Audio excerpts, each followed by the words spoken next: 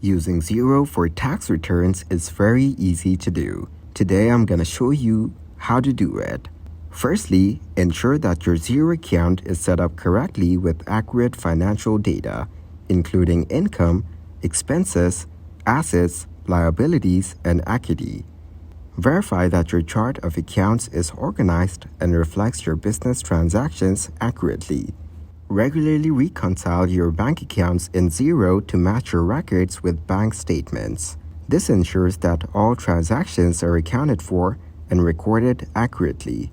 Generate financial reports in Xero, such as profit and loss statements, balance sheets, and cash flow statements.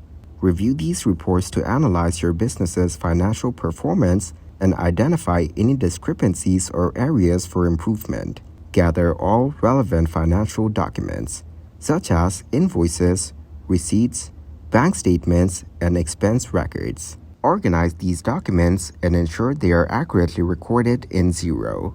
Collaborate with your accountant or tax advisor to ensure that your Xero data is prepared correctly for tax return filing. Provide your accountant with access to your Xero account or export relevant reports and data for their review. Based on your financial records in Xero and guidance from your accountant, complete the necessary tax return forms for your business. Include all relevant income, expenses, deductions, and other financial information required for tax reporting. Once your tax return forms are completed and reviewed, file your tax returns with the appropriate tax authorities. Depending on your location and tax requirements, you may file tax returns electronically through tax software or manually through paper forms.